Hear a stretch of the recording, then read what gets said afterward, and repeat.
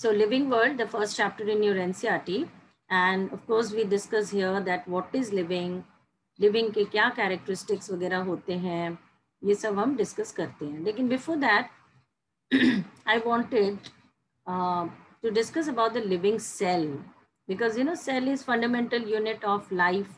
You have read about cell in class 8, class 9.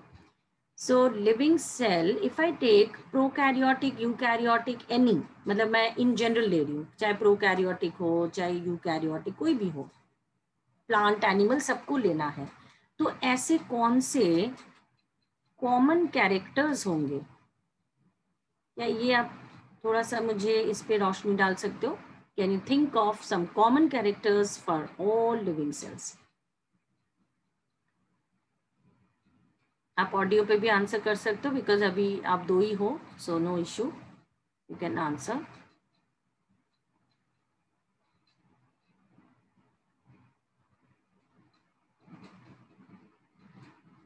Living cell के मैं characters पूछ रही हूँ, सेल के, ऑर्गेनिज्म के नहीं, सेल के पूछ रही हूँ कि कौन से ऐसे लिविंग सेल के कॉमन कैरेक्टर्स हो सकते हैं.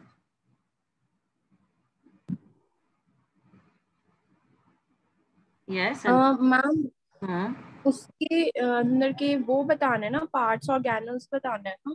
बताओ बताओ, आपको जो समझ में आ रहा है बताओ. न्यूक्लियस, माइटोकॉन्ड्रिया जैसे बताने हैं, मतलब मैं क्वेश्चन नहीं समझ पाई. हाँ, उस स्ट्रक्चरल ही बोलो, बिल्कुल स्ट्रक्चरली ही आपको आंसर करना है, बट कॉमन होने चाहिए. लेकिन प्लांट, एनिमल, माइक्रोब्स, मतलब प्रोकैरियोट, यूकैरियोट, सबको दिमाग में रखते हुए आपको कॉमन बातें बतानी है. Metabolism,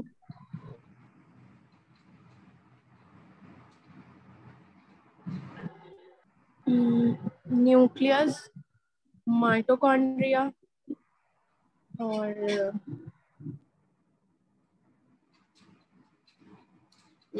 no, cytoplasm.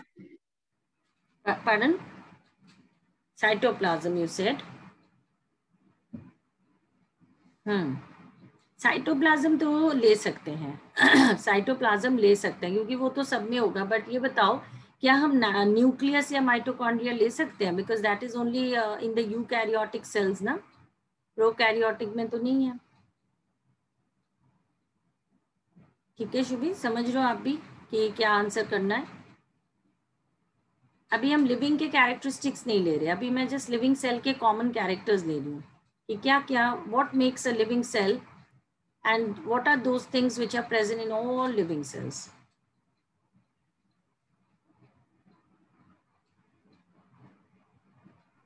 Ma'am nucleus तो होता है शायद. Nucleus is only eukaryotic cell, but क्या ऐसा है जो कॉमन है सभी सेल में? न्यूक्लियस एंड ऑर्गेनेल्स, ये सब तो सिर्फ यूकैरियोट में ही होगा, प्रोकैरियोट में तो नहीं होगा ना. These are part of only eukaryotic sales.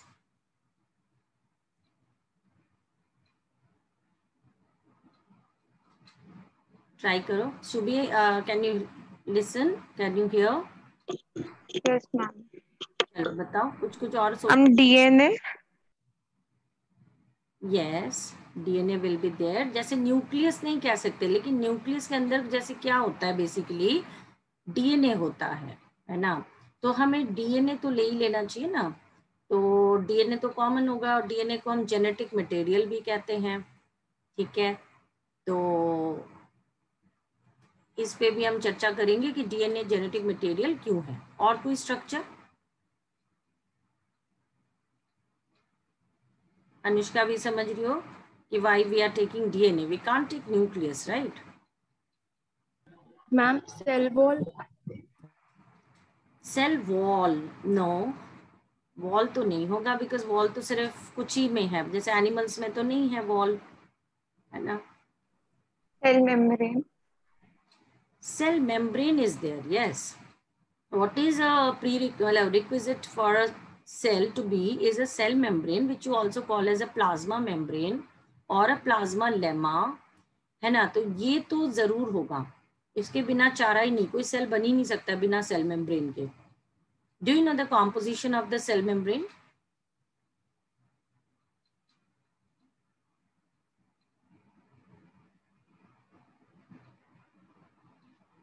Now it's like lipids.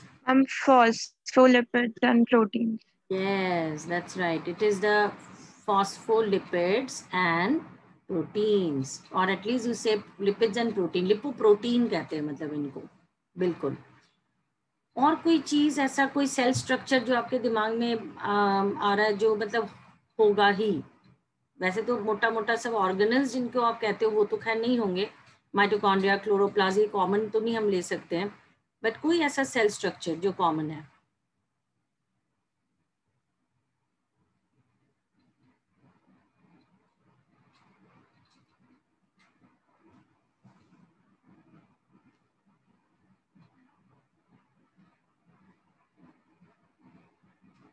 No okay. Think on the lines of कि एक सेल के अंदर ऐसा क्या फंक्शन होता है जो उसे करना ही है, तो शायद आप समझ पाओगे. जैसे आपने कहा कि डीएनए होगा ही, तो आप इस लाइन पे सोचना शुरू करो कि डीएनए अगर है तो उसका काम क्या है. What is this DNA doing? Do you no this?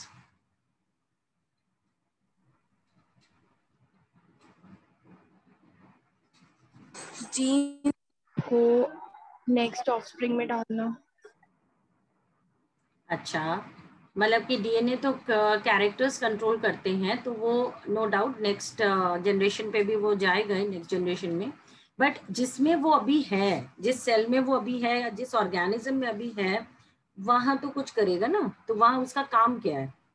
क्योंकि उसका सारा इंफॉर्मेशन गैदर करना. हाँ, क्योंकि ये सबसे बड़े ओहदे का एक मतलब रैंकिंग वाइज देखे तो इसकी सबसे बड़ी रैंकिंग है ये. मतलब एक तरह से आप कह लो कि ये कमांडिंग ऑफिसर है, ये मतलब चीफ है, या कंपनी का जैसे सीईओ होते हैं, वो ऐसा है डीएनए. तो डीएनए इंफॉर्मेशन सारी है उसके पास, इसे ब्लूप्रिंट कहते हैं कई बार डीएनए को. तो डीएनए इंफॉर्मेशन आरएनए को देता है, आरएनए इंफॉर्मेशन आगे किसको देता है? प्रोटीन्स. अब मैंने ये हिंट आपको इसलिए दिया कि ये यहाँ पे फोर्थ वाला कुछ आप बता सको, यानी कि ये फंक्शन जरूर हो रहे हैं सेल के अंदर. तो क्या कोई स्ट्रक्चर आपके दिमाग में आ रहा है इससे related?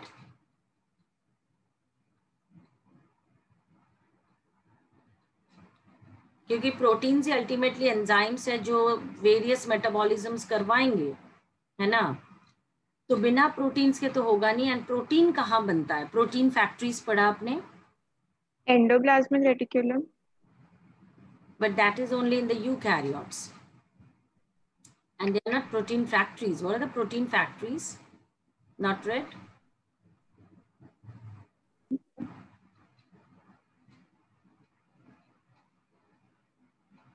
There is a cell structure called ribosome.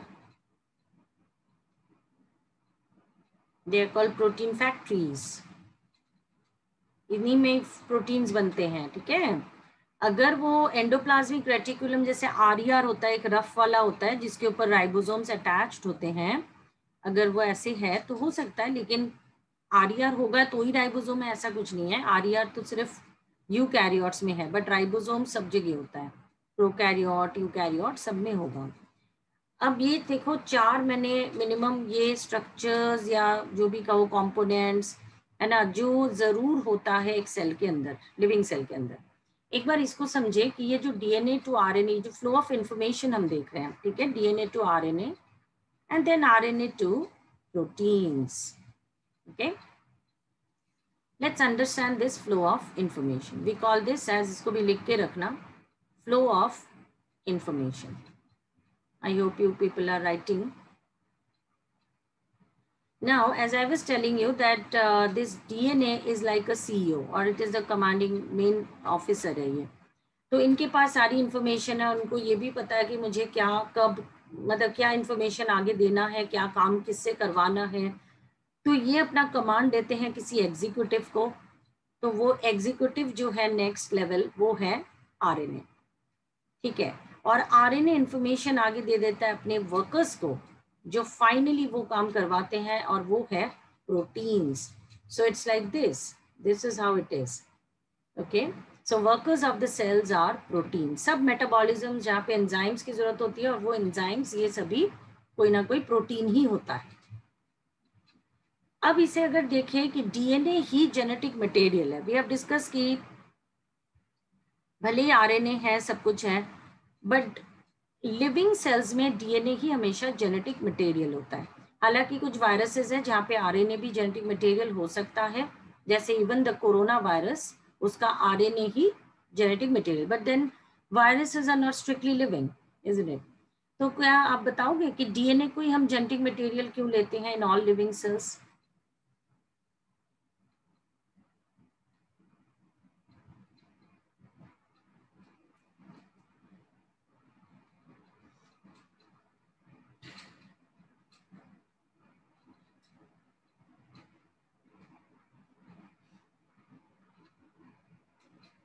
No?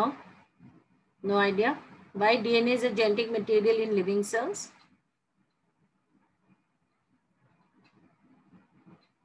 Respond.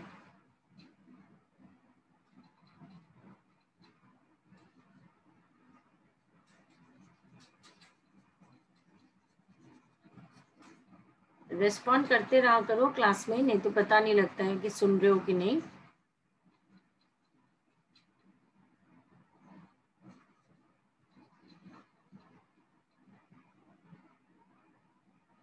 Hello, are you there Shubhi? Yes ma'am. DNA क्यों जेनेटिक मटेरियल है? अनुष्का?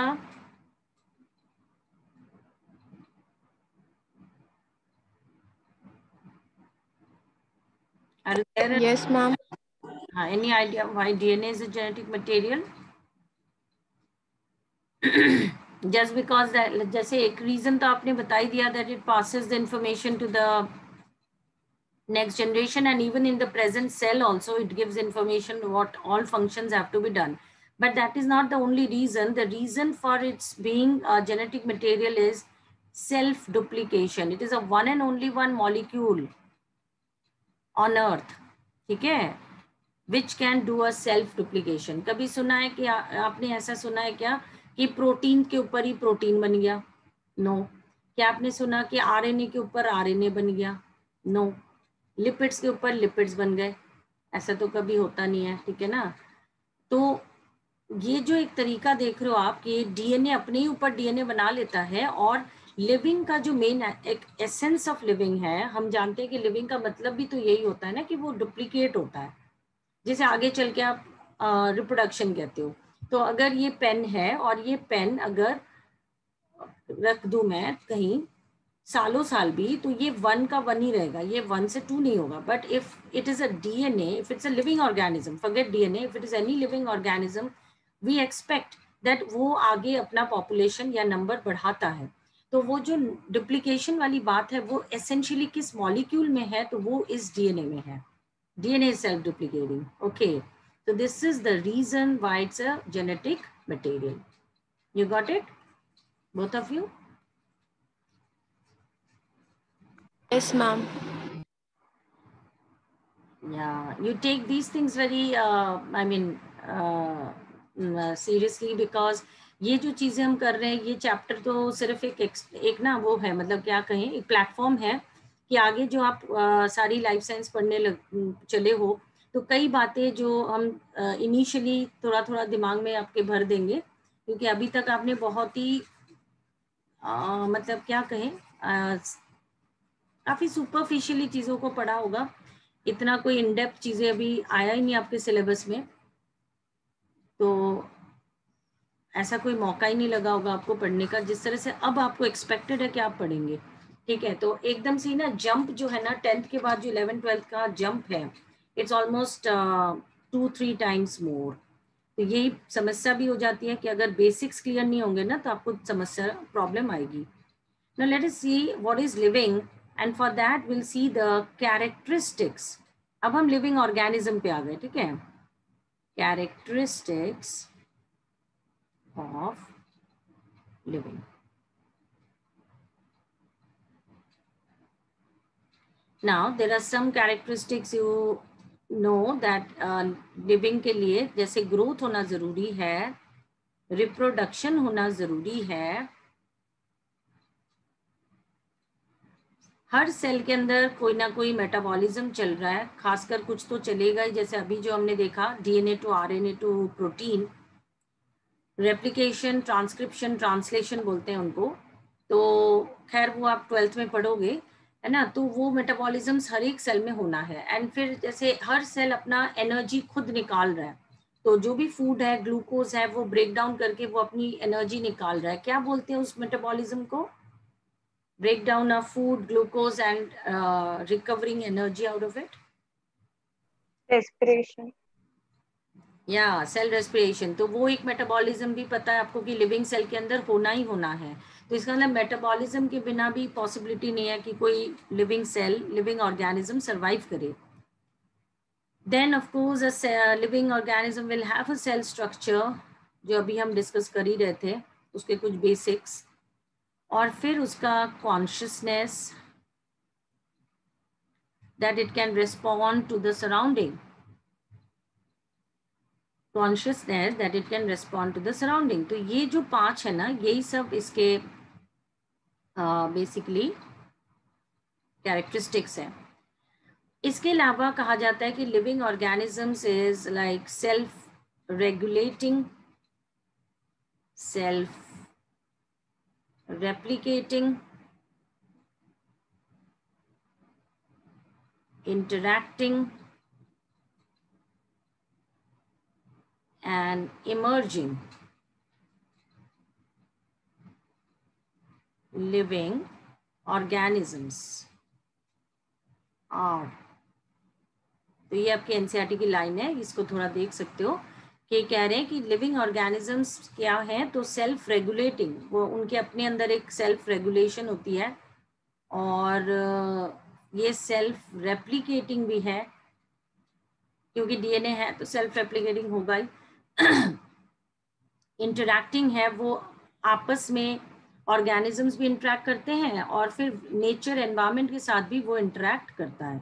सो इंटरैक्टिंग एंड इमर्जेंस, इमर्जिंग मतलब कि एक तरह से एवोल्यूशन को हिंट किया जा रहा है कि एक स्पीशीज से और स्पीशीज का आना, इमर्जेंस होता रहता है ना। तो वो सब चीजें, तो लिविंग ऑर्गेनिजम्स के बारे में ये भी कैरेक्टर्स बताए जाते हैं। बट जो मेन हमें जो कैरेक्टरिस्टिक्स अभी स्टडी करने हैं वो ये 5 हैं, जिसमें से ग्रोथ फर्स्ट हम करते हैं, ठीक है। Will do growth. Okay, the first and foremost, can you tell me what is the definition of growth? Any idea? You can try.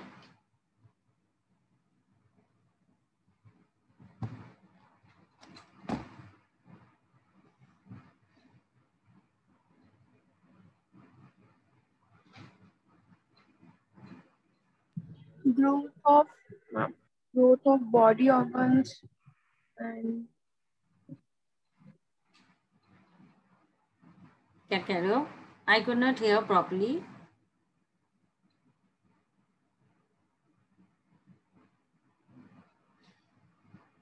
Okay, tell me. हाँ बोलो, शुभी, यू वांट टू से? या Increase in size. या जो मन में आता है बोल दिया करो, क्योंकि जब when you speak out ना, you are reading your mind basically. Okay, try to understand, it's not about कि गलत हो जाएगा सही हो जाएगा, it's all about interpreting your thoughts, interpreting and expressing your thoughts, your understanding। अगर वो आप टीचर के सामने नहीं लाओगे, it is same as not telling your symptoms to a doctor। okay, तो वो बहुत ही घातक, बहुत ही गलत हो सकता है। अगर हम जाके डॉक्टर के पास गए और हम आधी चीजें बता रहे हैं, आधी चीजें नहीं बता रहे, है ना, तो डॉक्टर कैसे इलाज करेंगे? ऐसे ही टीचर के सामने कोई भी जो क्वेश्चन वो पूछे तो आप जरूर सामने बढ़ चढ़ के आंसर करो। उसमें ये मत सोचो कि गलत है सही है, आप खुद अपने आप को जज कर लोगे, इंटरप्रेट कर लोगे कि मैंने कौन सा आंसर जो है क्या सोच के मैंने दिया था, और देखो एग्जैक्टली वो है क्या। जब टीचर वो आंसर फिर बताएंगे ना, तब आप और अलर्ट हो जाते हो, क्योंकि आपने एक कोशिश की थी आंसर करने की, अगर वो सही नहीं था सपोज, तो आप अलर्ट होकर और सुनते हो कि अच्छा ये डिफरेंस है। बट जब आप कोशिश ही नहीं करते हो ना, वो अलर्टनेस नहीं आती, वो एक्टिवनेस नहीं आती, तब आप पैसिव सुनते हो। तो एक होता है एक्टिव सुनना, एक होता है पैसिव सुनना। तो अगर एक्टिव सुनना है ना तो हमेशा इंटरेक्शन में रहना, हमेशा come forward and answer. Okay okay, so see I am just trying to tell you that growth, what you are saying, जैसे अशुभी कह रही है कुछ increase in something, I could not hear, but yes, it is some kind of increase. That is true. It is some kind of increase. Tell me, is this increase permanent or temporary? Is it reversible or irreversible? Irreversible. हाँ, definitely it is irreversible, क्योंकि एक बार growth हो गई तो वो वापस थोड़ी D growth हो जाएगा। तो इरिवर्सिबल ही और परमानेंट ही होता है ग्रोथ हमेशा। तो पहला तो ये एडजेक्टिव लगा दिया, इरिवर्सिबल और permanent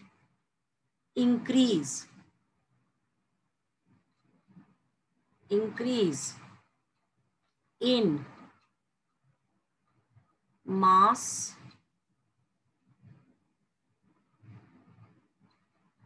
number in the individuals। ये मैं आपको एग्जैक्टली पहले तो एनसीईआरटी वाला बता रही हूँ, ठीक है। एनसीईआरटी ने 2 पैरामीटर्स दिए हैं ग्रोथ को नापने के, एक मास और एक नंबर, लेकिन ये इंडिविजुअल के एंड पे दिया है, देखो ऑफ इन द इंडिविजुअल्स बोला है। बट अगर हम इसे एक्स्ट्रापुलेट करें, एक्स्ट्रापुलेट मतलब अगर इसको थोड़ा सा एक्सटेंड और करें तो हम ये भी कह सकते हैं it is increase in number, size, volume, mass तो है ही, mass of cells, organs, depending on हम किस पैरामीटर को ले रहे हैं, मतलब किस चीज को ले रहे हैं, सेल्स ले रहे हैं, ऑर्गन्स ले रहे हैं, ऑर्गेनिजम्स ले रहे हैं, एटसेट्रा। ठीक है, तो तब हम डिफरेंट पैरामीटर्स मतलब चीजें ले सकते हैं, नंबर ले सकते हैं, साइज, वॉल्यूम, मास, ये सब ले सकते हैं। लेकिन अभी के लिए फिलहाल हमें मास एंड नंबर पे कंसंट्रेट करना है, और हमें ये देखना है कि क्या ये ग्रोथ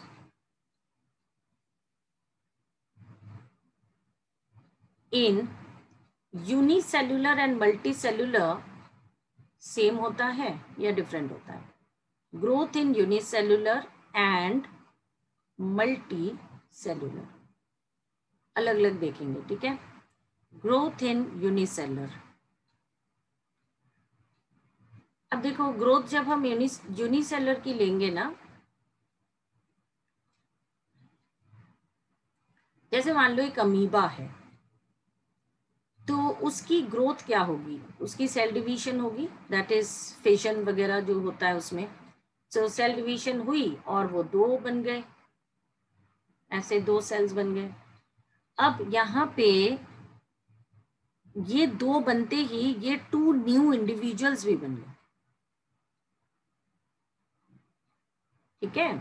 तो ये पेरेंट सेल था, लेकिन ये पेरेंट सेल का तो कोई अब वजूद रहा ही नहीं, ये तो खत्म है। अब ये 2 नए इंडिविजुअल्स बन गए, ठीक है ना। जब ये 2 न्यू इंडिविजुअल्स बन गए, फिर उसके आगे और डिविजन्स होती गई, तो 2 के फिर आगे फिर वो 4 बन गए, 8 बन गए एंड सो ऑन, है ना, 4, 8 ऐसे बनते चले गए।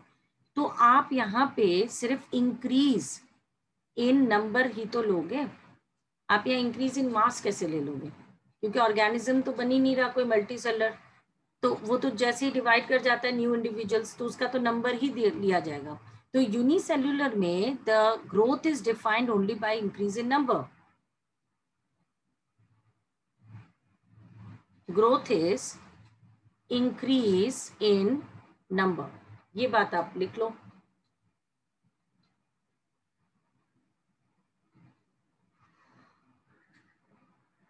इन unicellular the growth is increase in number. दूसरी बात, यहाँ पे एक और बात हम ऐड कर सकते हैं कि हम ये भी देख रहे हैं कि जब ग्रोथ हो रही है तो उसका एक तरह से रिप्रोडक्शन भी नहीं हो गई, क्योंकि ये तो न्यू इंडिविजुअल्स बन गए, एक सेल डिवाइड होकर 2 न्यू इंडिविजुअल्स भी बन गए, तो इसका सेल डिवीजन ही इसका रिप्रोडक्शन भी तो है।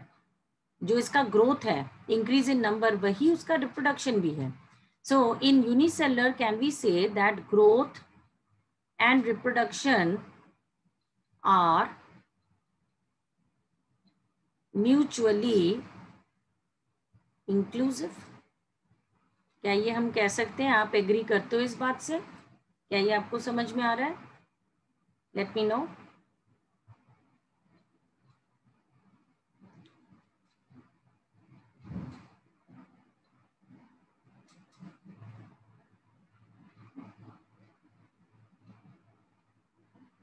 Hello, Shubhi, Anushka. Yes, Yes, ma'am. ma'am. Have you followed this point that what it is that growth and reproduction ये दोनों जो है ना ये mutually inclusive है, यानी कि यूनिसेलर फॉर्म्स में हम ये दो अलग अलग कर ही नहीं सकते क्योंकि जब वो डिवाइड कर रहा है वही उसका रिप्रोडक्शन है. बट ऐसा मल्टी सेलर में देखो नहीं होता है. So we are coming to the multicellular part. Let's see what happens here in multicellular. यहाँ पे यूजुअली जैसे एक जाइगोट है, तो जाइगोट के अंदर भी सेल डिविजन्स होती हैं, नो डाउट, माइटोसिस वगैरह, और फिर वो मास ऑफ सेल्स बनाते जाएंगे. लेकिन जब वो मास ऑफ सेल्स बना रहे हैं, हम ये थोड़ी कहते कि रिप्रोडक्शन हो रहा है. हम कहते हैं ये तो एम्ब्रियो बन रहा है. पहले तो एम्ब्रियो बनेगा and then embryo will grow. I mean all divisions, more divisions will take place and it will become individual. होते रहेंगे और ये इंडिविजुअल बन गया एम्ब्रियो से. ठीक है. इस दौरान अगर देखो इंडिविजुअल जब बड़ा हो रहा था या एम्ब्रियो फिर इंडिविजुअल जब बड़ा हो रहा था, उसका not only increase in cells हो रहा था यानी कि नंबर, वहां पे एक इंक्रीज इन मास भी हो रहा था क्योंकि वो एक मल्टी सेलर ऑर्गेनिज्म है. जब बच्चा बड़ा होता है हम साथ साथ उसकी जैसे वेट भी देखते हैं. ठीक है, कि कितना वेट हो गया उसका. कोई भी, चाहे वो इवन प्लांट्स हो, एनिमल्स हो, किसी का भी देख सकते हो, तो वहां पे नंबर भी इंक्रीज हो रहा है और मास भी. ये इंपॉर्टेंट हो गया फिर यहाँ पे. That in multicellular organisms it is both number and mass increase take place. Whereas फिर दूसरी बात, जब ये इंडिविजुअल बन रहा था, है ना, जाइगोट में सेल डिवीजन, फिर आगे एम्ब्रियो में सेल डिवीजन होते गए तो ये इंडिविजुअल बना. उस टाइम पे हम इसे रिप्रोडक्शन तो नहीं कहेंगे, है ना, बल्कि रिप्रोडक्शन तो उसका एक अलग थलग मेथड होगा, चाहे वो एसेक्सुअल हो सेक्सुअल हो, लेकिन रिप्रोडक्शन तो वो अलग मेथड है उसके लिए. तो हम क्या लिख सकते हैं? That growth and reproduction are mutually exclusive. तो इन ऑर्गेनिजम्स में ग्रोथ एंड रिप्रोडक्शन जो है ये म्यूचुअली एक्सक्लूसिव फिनोमिना है, अलग है, इंक्लूसिव नहीं है. So if you have understood this point, you note it down and understood, then you raise your hands. अगर ऑडियो अनम्यूट नहीं करना है तो raise your hands. मैम. और हाँ, you can ask. मैम, ये मल्टी सेलुलर में नंबर कैसे इंक्रीज होता है? नंबर ऑफ सेल्स नहीं बढ़ रहे हैं. जैसे बॉडी में जाइगोट वाज 1 सेल, तो फिर जाइगोट से देखो पहला डिवीजन 2 सेल बने, 4 बने, 8 बने, बनते चले गए. तो आपकी बॉडी बनने में एम्ब्रियो, पहले तो एम्ब्रियो बना, इसमें भी कुछ हो सकता है मिलियंस ऑफ सेल्स इसी में बन गए हो, लेकिन by the time your body individual is formed, it is probably trillions of cells which are form. तो नंबर तो इंक्रीज हुआ ही ना, नंबर ऑफ सेल्स इंक्रीज हुए ना. यहाँ पे हम नंबर ऑफ सेल्स ले रहे हैं. Okay ma'am. हाँ, और उस ऑर्गेनिज्म का मास इंक्रीज हुआ. तो नंबर एंड मास हम दोनों पैरामीटर तो यहाँ ले सकते हैं ना, बट यहाँ पे हम मास किसका लेते हैं क्योंकि वो इंडिविजुअली बदल गया, वो तो नया बन गया यूनिसेलुलर में, तो इसलिए हम मास तो ले ही नहीं सकते थे, है ना. Okay, so you can raise your hands if you have understood and if you have doubt you can unmute and ask. Shubhi, have you followed? Yes, ma'am. Acha, good. Now what I do is I have to make some space out here. तो मैं ये थोड़ा सा मिटा रही हूँ यहाँ से, और फिर आप लोगों को बताने लगी हूँ अब मैं कि जैसे यूनिसेलर मल्टीसेलर की ग्रोथ में फर्क होता है, ऐसी ही एनसीईआरटी हैज आल्सो मेंशन्ड कि प्लांट एंड एनिमल के ग्रोथ में भी फर्क होता है. तो वो भी देख लेते हैं कि कैसे फर्क है. Plant growth, animal growth. Okay, let's make. अब जैसे जब आप अभी चैप्टर, जैसे अभी आप मेरे साथ पढ़ रहे हो, ठीक है, तो आपको एक आइडिया लग रहा है, नोट्स लिख रहे हो, चीजें पढ़ रहे हो, उसके बाद आप एनसीईआरटी हमेशा नोट से चीजों को समझ के पढ़ के उसके बाद आप एनसीईआरटी को एक बार रीड करोगे। जब एनसीईआरटी रीड करोगे तो तब आप एक चीज दिमाग में रखना कि हमने ये लाइन, एक लाइन लिखी होगी एनसीईआरटी में, इसको मैम ने कैसे पढ़ाया, कितना खोल के, कितना उसको उधेर के कैसे हमने उसको क्लास में पढ़ा। यानी कि जब मैं एनसीईआरटी पढ़ूं तो मुझे भी ऐसे ही पढ़ना पड़ेगा। ऐसा भी हो सकता है कोई एक लाइन, हर लाइन में हो सकता है टच ना भी कर पाऊँ क्लास में, कभी तो होता ही है ना, कोई लाइन छूट जाएगा। एनसीईआरटी में बहुत कुछ लिख रखा है, हमें तो चीजों को पढ़ना है क्लास के अंदर, ठीक है, लेकिन एनसीईआरटी की लाइन रीड करना तो आपका काम है ना। उन लाइंस को जब आप रीड करोगे तो आपको भी उसको खोल खोल के एकदम, और जहां लगता है कि नहीं ये क्लैरिटी नहीं है इस लाइन की, वही क्वेश्चन मार्क, एक पेंसिल हाथ में, पेन हाथ में, साथ साथ वही एक क्वेश्चन मार्क डाल के रख दोगे, क्योंकि हमें एनसीईआरटी की पोस्टमार्टम उदेरबुन करना ही पड़ेगा for success in NEET. And also see how I, अब जैसे एनसीईआरटी ने मान लो इसको एक लाइन में लिखा है, ठीक है, अब मैं देखो कैसे आपको पढ़ा रही हूँ, यानी आप भी अगर इसे सेल्फ स्टडी करते तो आपको ऐसा करना चाहिए कि आपने उस चीज को एक कॉलम बना लिया, ठीक है। एनसीईआरटी ने भले ही वो एक लाइन लिखा, लेकिन वो तो डिफरेंस वाली बात आ रही है, तो हम कॉलम बना लेंगे कि what is the difference in the growth of plants and animals. तो पहला पॉइंट, क्या आपके दिमाग में कोई बात आती है जब आप प्लांट ग्रोथ देखते हो और एनिमल ग्रोथ, आपके दिमाग में कोई बात आती हो तो बताओ।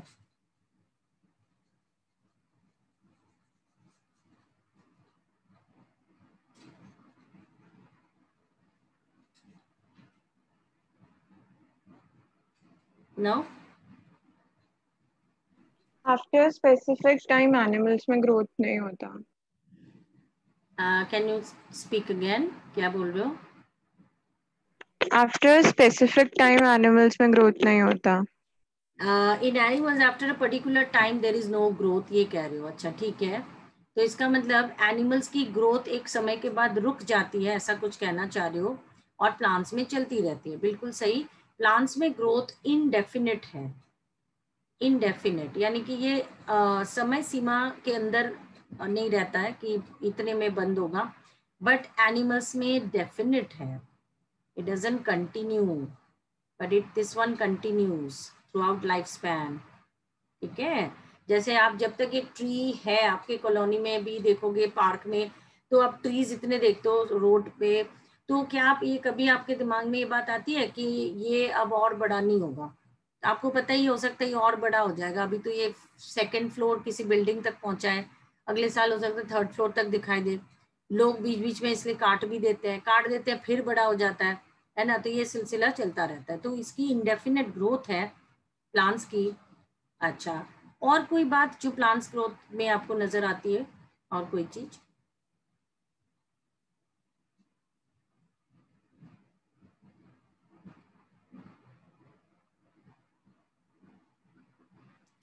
प्लांट ग्रोथ जो होता है ये लोकलाइज्ड भी होता है। Have you ever thought about this?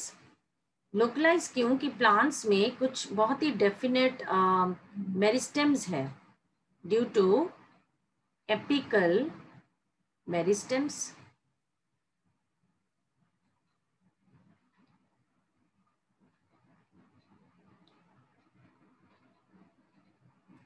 which are localized in the shoot, root, or even there are lateral meristems.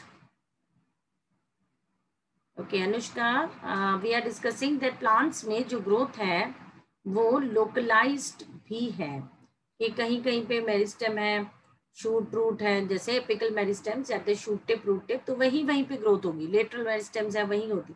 लेकिन एनिमल्स के अंदर ऐसा कोई रेस्ट्रिक्शन नहीं है कि ग्रोथ सिर्फ कहीं कहीं है, एनिमल की ग्रोथ ऑल ओवर है, तो उसे डिफ्यूज्ड बोलते हैं। भले ही वो रुक जाती है एक समय के बाद, लेकिन वो डिफ्यूज ग्रोथ है।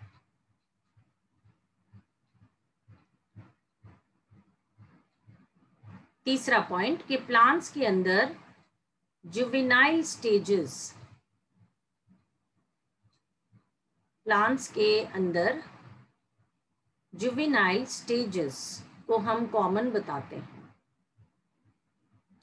यहाँ पे एनिमल्स में हम इन्हें लेस कॉमन बताते हैं. Anyone who knows what is juvenile? Could you explain what is juvenile? No, ma'am. No. Okay. देखो जुवेनाइल वर्ड वैसे इंग्लिश में तो सुना ही होगा बहुत बार, तो उसमें क्या लगता है आपको? जुवेनाइल रिलेट्स टू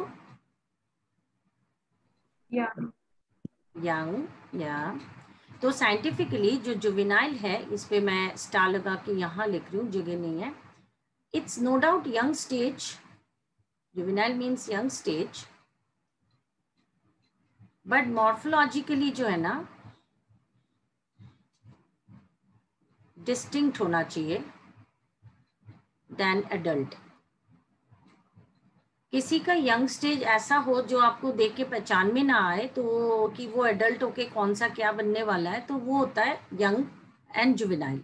जैसे कई प्लांट्स में आप देखोगे कि जुवेनाइल लीव्स बहुत डिफरेंट है.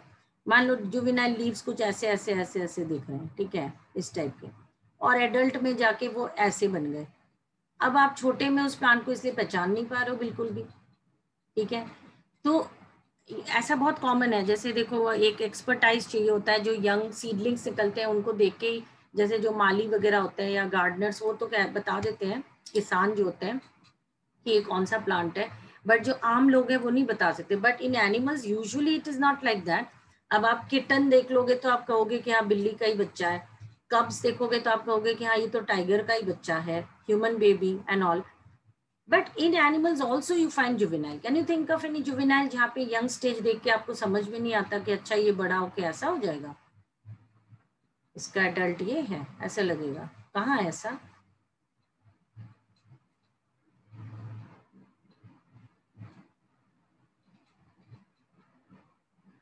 कहीं ऐसा दिमाग में आ रही है कोई बात जहाँ पे आपने ऐसा देखा हो एनिमल्स में कि जहाँ पे आपको वो पहचान में ही नहीं आ रहा है?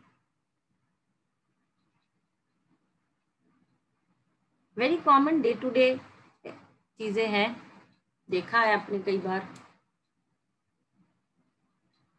Have you seen the caterpillars of butterfly? Yes, ma'am. तो कैटरपिलर्स और बटरफ्लाई क्या पहचान में आ जाते हैं कि वो बड़े होके विंग्स वाले बटरफ्लाई बन जाएंगे, है ना? नहीं पता लगता है. एक और ऐसा टैडपोल नहीं देखा या सुना? नहीं. टैडपोल किसका होता है? Tadpole is a baby. किसका बेबी है? Frog. फ्रॉग का. That's right, tadpole of frog. अब उसमें तो पूंछ, टेल होती है, और वो फ्रॉग से कितना अलग दिखने में होता है, तभी तो इनको जुवेनाइल्स बोलते हैं. Tadpole is a juvenile of frog, but you won't call a kitten as a juvenile of the cat. Okay, that's how it is. तो ये कुछ बातें बता रही थी, और एक डिफरेंस आप ऐड कर सकते हो प्लांट एनिमल में, क्योंकि ये हम एक ग्रोथ चैप्टर है फिजियोलॉजी में, प्लांट फिजियोलॉजी के लास्ट चैप्टर है ग्रोथ, वहाँ पे भी डिस्कस होता है ये सब चीज़ें. तो कोई बात नहीं, वो अभी तो ग्रोथ पढ़ रहे हो, यहाँ लिख सकते हैं कि प्लांट्स जो है इनमें नंबर ऑफ पार्ट्स भी इंक्रीज होते हैं, है ना? बट एनिमल्स में ऐसा नहीं होता है. प्लांट्स में जैसे आपको पता ही है कि हाँ number of branches, leaves, fruits, flowers and सभी चीजें ये सब बढ़ते रहते हैं, इंक्रीज होते हैं ब्रांचेस. लेकिन एनिमल्स में क्या number of limbs, eyes, years, ये सब चीजें थोड़ी ऐसा है कि बढ़ती रहेंगी, पार्ट्स तो इंक्रीज नहीं होते हैं. So that is how it's also a kind of difference. Okay. Now, in all these 5 characteristics that we are doing, we have to understand whether it's a defining feature or not. तो मैं पहले आपको defining feature का criteria बता दूं कि किसे हम defining feature कहते हैं. Defining feature के 2 criteria रहेंगे. Number 1 should be in all living organism. Defining वो है जो हर लिविंग ऑर्गेनिज्म में होना चाहिए. Second, should not be in non living. Non living में नहीं होना चाहिए. तो दोनों बातें सेटिस्फाई होनी चाहिए कि सभी लिविंग में हो, ऑल लिविंग, ठीक है, और ये भी हो कि should not be present in non living. ठीक है, तो अगर ये हम दिमाग में रख के चलते हैं तो हमें देखना है कि क्या ग्रोथ कहीं लिविंग नॉन लिविंग दोनों में है।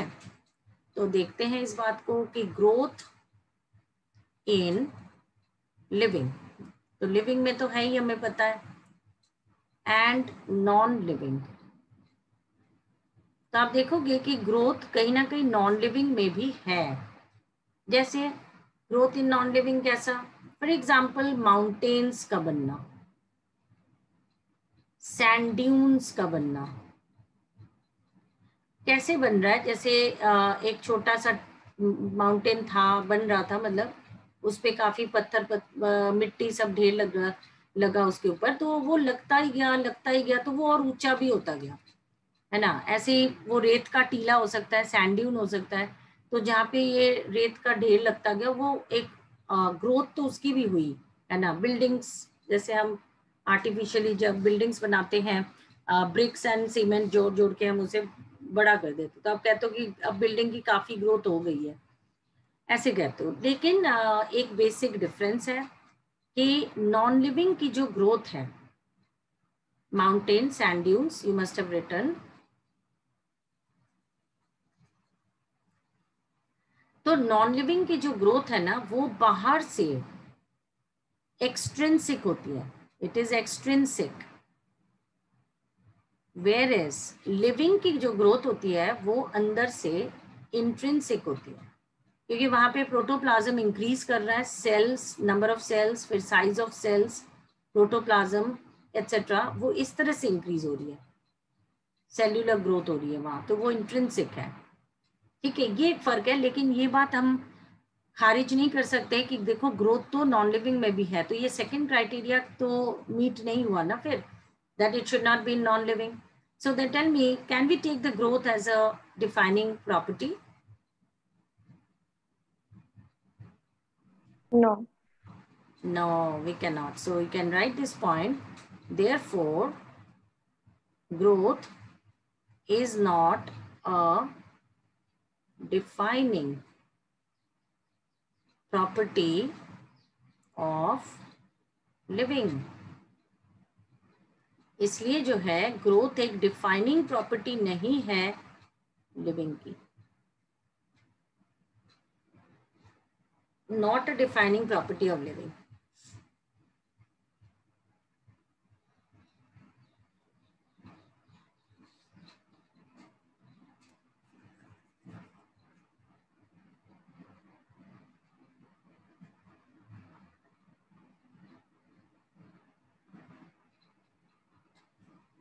So we are looking at all the characteristics out here.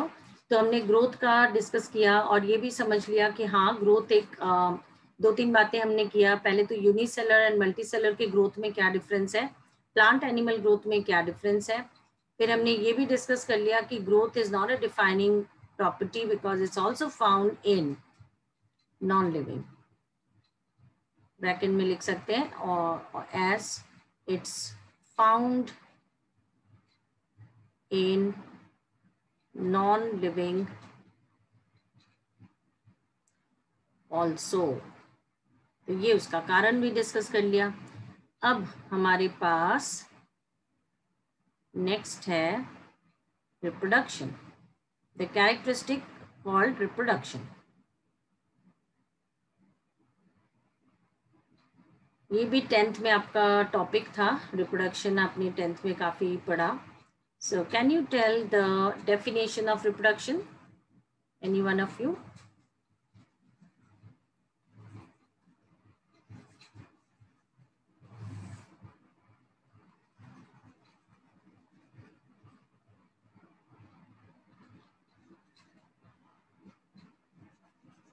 No? Reproduction का डेफिनेशन नहीं आता, आपने 10th में पढ़ा है इस chapter. The process by which a new individual is produced. The process by which a new individual is produced। अच्छा, और कुछ? Anything, Anushka, you want to add? It contains Yeah, क्या कह रहे हो? it ensures the unity of life on earth. हाँ, बिल्कुल. So we can say yes, it is a process, biological process of organisms producing their own kinds.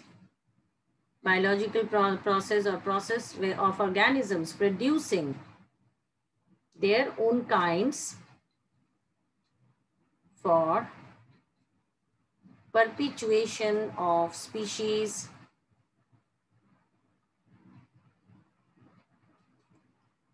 on earth. For perpetuation of species, मतलब कि species ताकि आगे आगे बढ़ते रहें, perpetuate करते रहें अर्थ में. तो इस प्रकार से ये प्रोसेस है एक रिप्रोडक्शन का, जिसमें आपने अभी अभी पढ़ा कि यूनिसेलर के अंदर ग्रोथ ही रिप्रोडक्शन है, तो उस लाइन को अभी फिर रिपीट नहीं करेंगे. और मल्टी सेलर में ग्रोथ एंड रिप्रोडक्शन अलग अलग प्रोसेसेस हैं. ठीक है. फिर आप ये भी जानते हो कि रिप्रोडक्शन के टाइप्स होते हैं. तो टाइप्स के अंदर जैसे asexual, sexual, these are the two types. ये भी आपने 10th में पढ़ा. तो एक बहुत ही बेसिक मुझे डिफरेंस बताओ between asexual and sexual reproduction. Gametes are not involved in asexual reproduction, while gametes are involved in sexual reproduction. Anything else?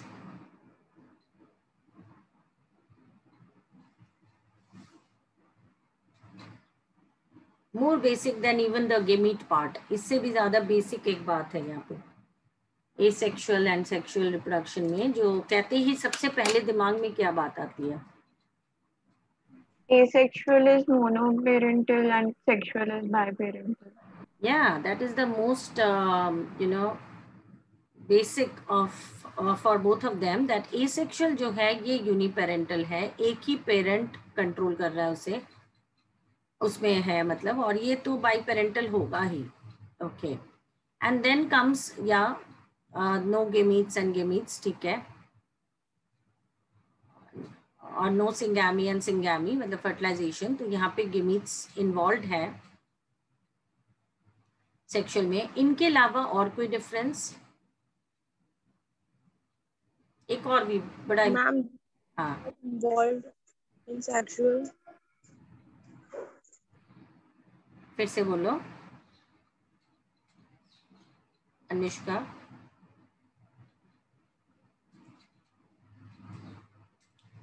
I couldn't hear you, Anushka. फिर से बोलो.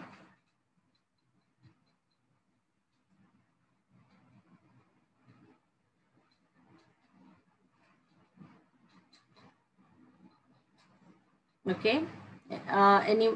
You, Shubhi, you wanted to answer? Uniparental, no gametes, and anything else?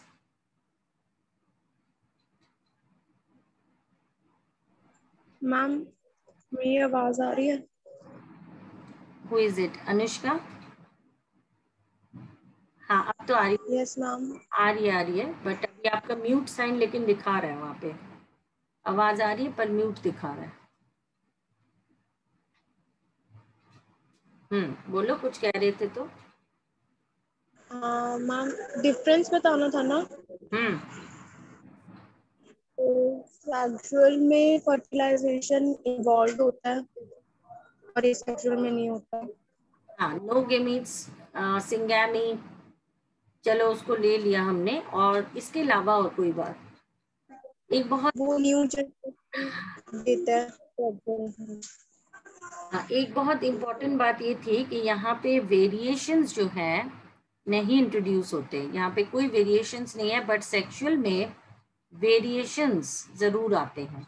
So that is why without sexual reproduction the organism can not stay for long in the evolution. तो evolution में अगर progressive रहना या ये टिके रहना है तो उसको उसके पास वेरिएशंस होने चाहिए.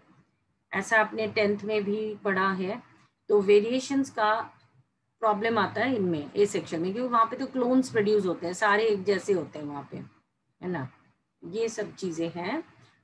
एसेक्सुअल के अंदर भी कुछ कुछ आपने पढ़ी रखा है वैसे तो 11th में, है ना। So you know what are the different types of asexual reproduction, like there is a fission, there is a budding, there's a regeneration, fragmentation। तो इनमें थोड़ा थोड़ा जैसे डिफरेंसेस हैं, तो हमने ये सब डिस्कस किया। और fifth method sporulation, spores, spore formation is also called sporulation। Can you tell me the difference between the fission and the budding? Ma'am fission parent plant को 2 डॉटर प्लांट में डिवाइड करता है, और बडिंग जो parent plant होता है उसमें एक बड प्रोड्यूस करता है जो कि अलग हो जाता है जब वो मैच्योर होता है तो। Okay, anything else?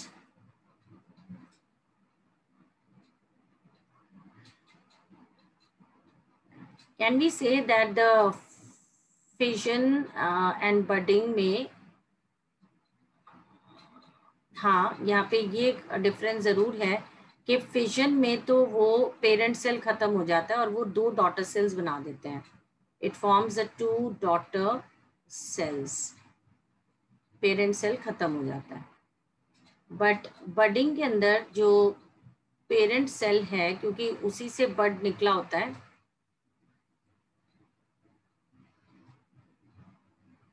तो ये टूटकर अलग से जैसे ये बड बनाता है, तो बड़ा सेल भी रहता है और छोटा भी। एक तो यहाँ पे अनइक्वल साइज के सेल्स बनते हैं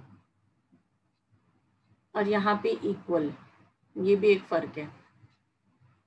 यहाँ पेरेंट सेल रहता है, यहाँ नहीं रहता है, यहाँ रहता है, ठीक है। दूसरा कि यहाँ पे इक्वल साइज डॉटर सेल्स बनते हैं, but the bud and the parent cell they are unequal size. तो इस तरह के कुछ डिफरेंसेस हैं। ऑर्गेनिजम्स आप जानते ही हो कि फिजन में आपने अमीबा पढ़ा होगा, इवन बैक्टीरिया में फिजन होता है, पैरामीशियम यूग्लिना कईयों में होता है। और बडिंग आपने कहाँ पढ़ा? ईस्ट में पढ़ा है, east and hydra, budding found in east and hydra. क्या फर्क है दोनों ऑर्गेनिजम्स में? ईस्ट कैसा ऑर्गेनिज्म है बताओ?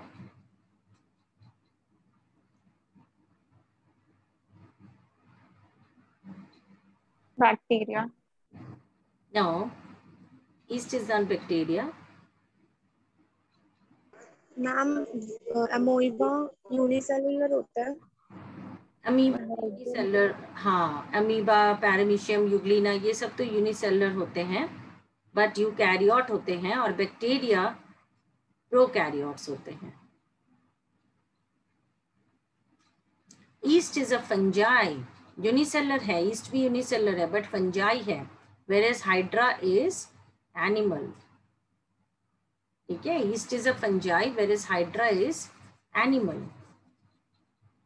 रीजनरेशन आपने सुना होगा कि नहीं? It is like regrowth of organs broken during predation। ये बेसिकली एनिमल्स में होता है, क्योंकि प्रिडेशन वर्ड ही हम एनिमल्स के लिए यूज करेंगे। तो regrowth of organs broken during predation.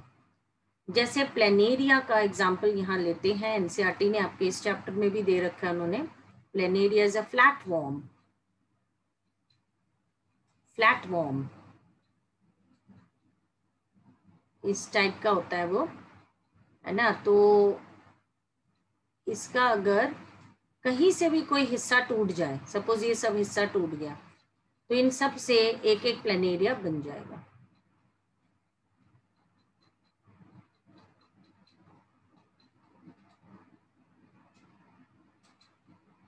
ठीक है, तो ये चीज है प्लेनेरिया में, ये कहते हैं इसको रीजनरेशन।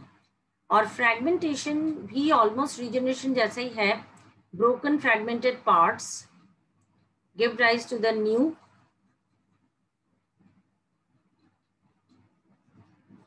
बॉडी। जो न्यू बॉडी है, बॉडी यहाँ पे थैलस बोल सकते हैं क्योंकि ये जनरली एल्गी, फंजाई इनमें पाया जाता है। तो फ्रैगमेंटेशन मैं यहाँ लिख रही हूँ, broken parts, broken or fragmented parts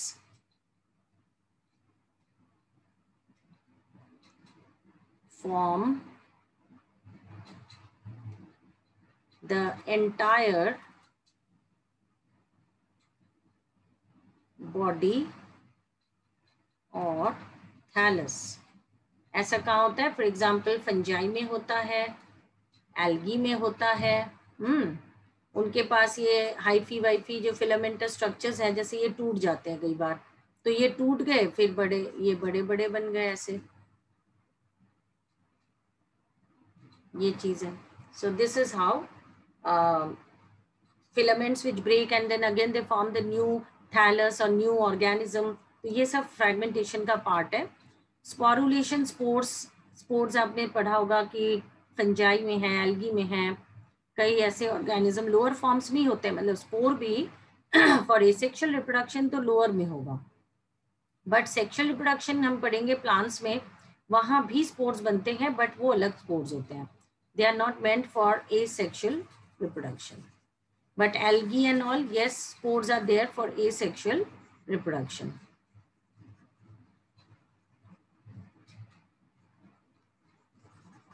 अब हमें ये देखना है कि रिप्रोडक्शन के बारे में तो हमने कई चीज डिस्कस कर लिया, क्या ये डिफाइनिंग है या नहीं।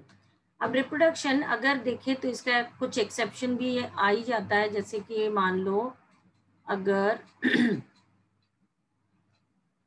रिप्रोडक्शन देखे तो एब्सेंट भी होता है कई बार, इज एब्सेंट इन कहाँ कहाँ, जैसे म्यूल्स में, हिनी में, ये वो खच्चर जिन्हें बोलते हैं जो पहाड़ों में लोगों को मतलब हेल्प करते हैं ये सामान उठाने में, इवन ट्रांसपोर्ट, मतलब पीपल आल्सो गेट ट्रांसपोर्टेड। तो ये ना हाइब्रिड्स होते हैं between the horse and donkey, ये दोनों ही आर्टिफिशियली प्रोड्यूस होते हैं, hybrids of horse and donkey. Mules are like male donkey, female horse. Hinny में मेल इज अ हॉर्स। तो ये स्टेराइल होते हैं, ये रिप्रोडक्शन नहीं कर सकते। सिमिलरली आपने वर्कर बीज का अगर सुना है, वर्कर हनी बीज, ये स्टेराइल फीमेल्स होते हैं, ठीक है। Then there are people also who are infertile,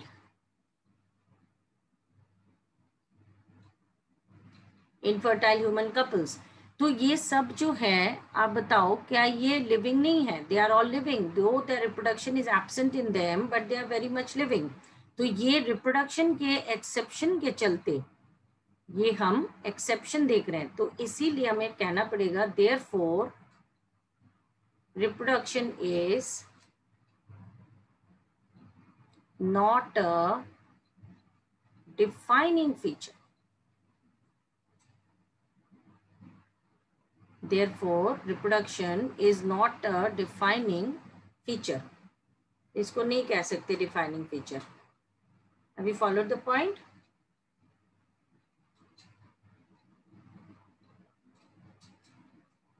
Again, if you finish, you raise your hands. Or if you have query, you can ask.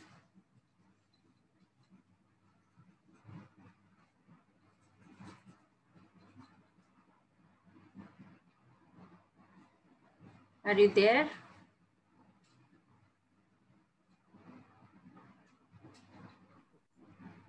Yes, ma'am.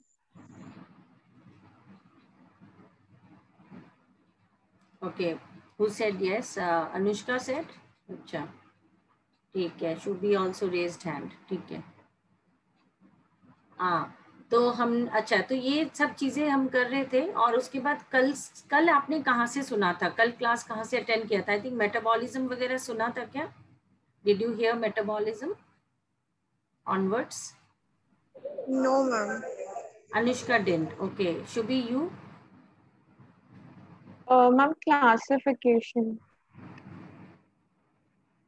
अच्छा. Okay, okay, okay. Classification and types of branches of me.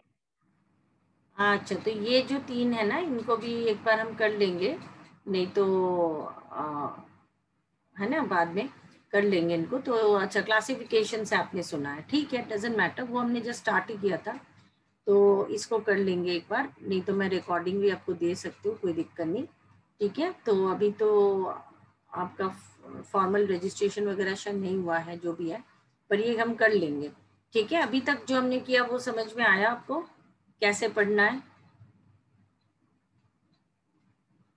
Yes ma'am.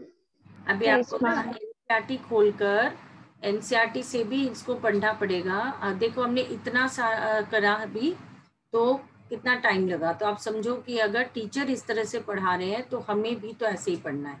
अभी हम इस chapter के बहाने से, मैं कहूँगी बहाना ही है, आपको सिर्फ एक टॉपिक नहीं पढ़ा रही हूँ मैं, ठीक है। when we deal with this chapter, we are not just reading this topic, we are also trying to understand that how to study biology, okay, how to study NCERT, ये दोनों बातें ये हमें साथ साथ कर समझ में आएगा।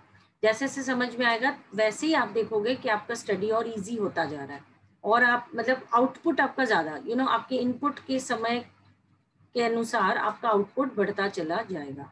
ये चीज है, मेन उद्देश्य हमारा यही होता है कि output should be more than input, okay, it should be high, ये चीज है, तो उसी को एफिशिएंसी बोलते हैं। तो वो चीज धीरे धीरे आएगी। तो अभी आप बस हर चीज जो टीचर्स बता रहे हैं, जैसे कैसे करना है, क्या चीज है, तो वो आप पत्थर पे लकीर मान के चलते रहो। If you are obedient, you follow the guidelines, nobody can stop you. Most of the students, they fail, or they actually plan to fail, okay, because either they are disobedient, or they are indisciplined, they are not regular, irregular होते हैं वो, ठीक है। तो ये कुछ बातें हैं जो ले डूबती है नैया। इन सब को अगर आप खत्म कर दो, ये रीजंस ऑफ फेलियर्स है, अगर इनको खत्म कर दो तो आपके सक्सेस को कोई अलग से कोई रीजन नहीं चाहिए होता है। सक्सेस, कहावत है कि सक्सेस को कोई रीजन की जरूरत नहीं होती है, आप बस फेलियर के रीजंस को हटाते चले जाओ। एक प्रॉपर प्लानिंग में रहो कि मुझे इतने घंटे पढ़ना है, जो जो टॉपिक्स हो गए वो पढ़ के अगले क्लास में आना है and all that. So slowly slowly will guide you, अभी तो इट्स टू इनिशियल, है ना, तो इस तरह से चलना है। Okay, so I and the class. Any other query?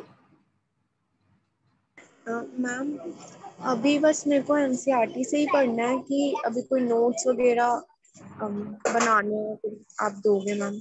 ये जो हम नोट्स दे रहे हैं क्लास में, जो लिख रहे हो, यही तो नोट्स हैं, यही तो क्लास नोट्स है। अभी आपको अलग से कोई और नोट्स बनाने की जरूरत नहीं, but yes, for books, as far as books are concerned, I told दो स्टूडेंट्स, उन्होंने पूछा था इसलिए उनको बता दिया था। इफ यू वांट, कोई आपको टेक्स्ट रखना है एनसीईआरटी के अलावा, तो ट्रूमैन्स एलिमेंट्री बायोलॉजी आप रख सकते हो, वॉल्यूम 1, अभी इस साल के लिए। ट्रूमैन्स एलिमेंट्री बायोलॉजी वॉल्यूम 1, ये टेक्स्ट के तौर पे बता रही हूँ।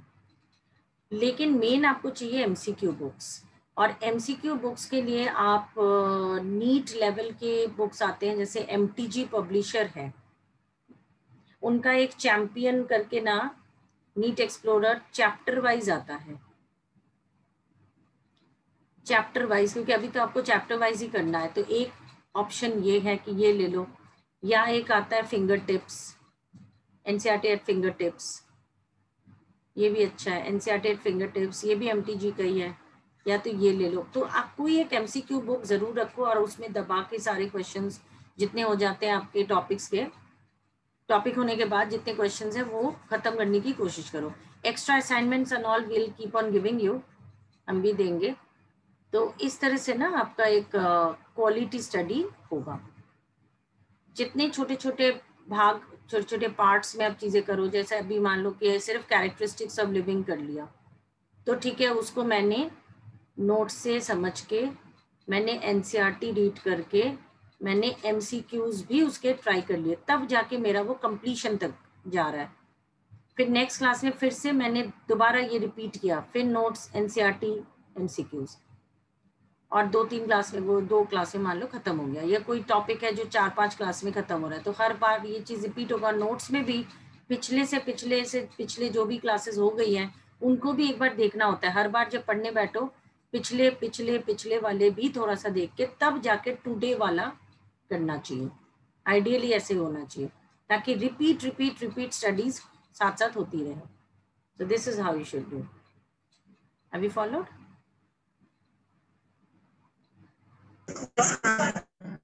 हाँ, मतलब ट्रूमैन्स एलिमेंट्री बायोलॉजी भी मैं ये नहीं कह रही हूँ कि अगर ये ले लोगे तो इसको बैठ गए पढ़ने line by line, no, not at all. आपको पढ़ना नोट्स एंड एनसीईआरटी ही है, class notes and NCERT, but you can use it as a reference. कभी कुछ चीजें जैसे आपको लगता है तो थोड़ा सा इन डेप्थ पढ़ने का मन है, या कोई चीज अगर उससे पढ़ लोगे तो ज्यादा समझ में आ जाएगा, क्या पता, देख लेते हैं। या कोई ऐसा क्वेश्चन जहाँ आपसे नहीं हो रहा है तो उसका आंसर ढूंढना है तो उसको उठा लिया। So it is just a reference book, okay. So it's like that. But MCQ, no foundation, no problem. You can buy any book. And these are the options I'm giving because अभी ये ज़्यादा चल रहे हैं market में ये books. नहीं तो पहले बच्चे दिनेश की भी करते थे, अभी दिनेश थोड़ा ऑब्सोलीट लगता है, तो देख लेना, ठीक है। ऐसे ही हर सब्जेक्ट में टीचर्स आपको सजेस्ट करते रहेंगे, ठीक है। Okay, so I am in class.